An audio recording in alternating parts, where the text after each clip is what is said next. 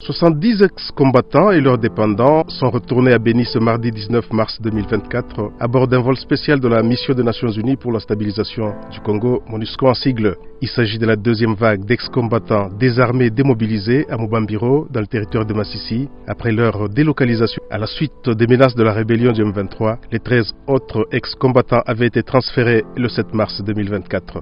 Clovis Mounir, coordonnateur provincial du PDDRCS, explique.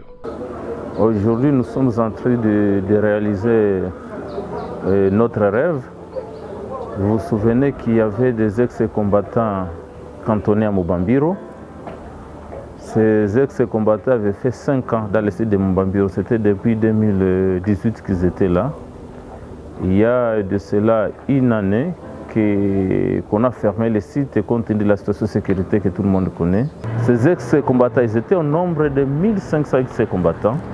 On n'a jamais enregistré un quelconque problème ou bien un cas de casse ou bien des plaintes en disant de la part des services de sécurité en disant que non, les ex-combattants ont fait ça, non, parce que c'est tout qu'ils détiennent des cartes, nos cartes démobilisées.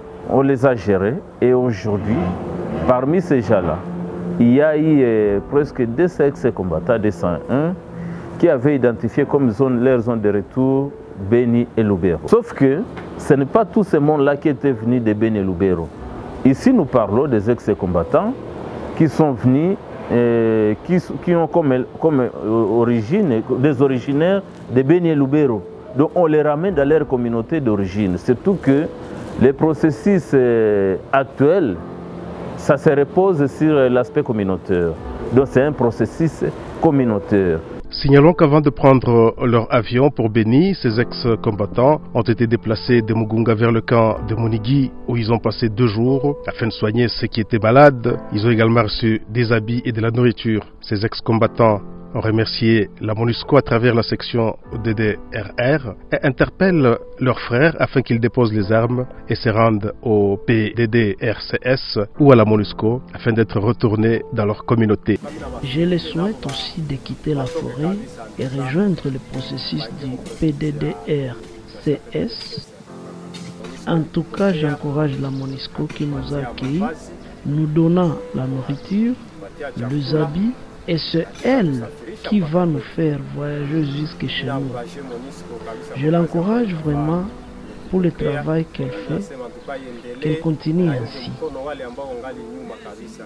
Une fois retournés dans leur communauté, ces jeunes vont intégrer le projet PDDRCS financé par la MONUSCO à travers le Fonds de cohérence. Ce projet-là prendra en compte les ex-combattants ici présents, que nous voulons faire retourner dans les milieux d'origine Béni et Lubero. Et je vais vous rappeler aussi qu'il y a à peine quelques temps, quelques semaines, la première vague était partie, ils sont déjà à Béni. Donc voilà un peu le contexte. Et notre partie, qui sera prise en charge par le projet Moudamani, qui est déjà lancé dans les Lubero. Donc moi je suis très heureux parce que c'est la phase la plus compliquée. Démobiliser, sensibiliser les combattants et les démobiliser, oui, ça c'est une phase très importante, mais ce qui est compliqué, difficile, c'est leur insertion. 200 ex-combattants ont comme zone de retour Béni et Lubero. Ils seront pris en charge par l'OIM, Organisation internationale des migrations, et d'autres seront pris en charge par le projet Mudawa Amani, déjà lancé dans le Lubero. Let's take our seat kindly.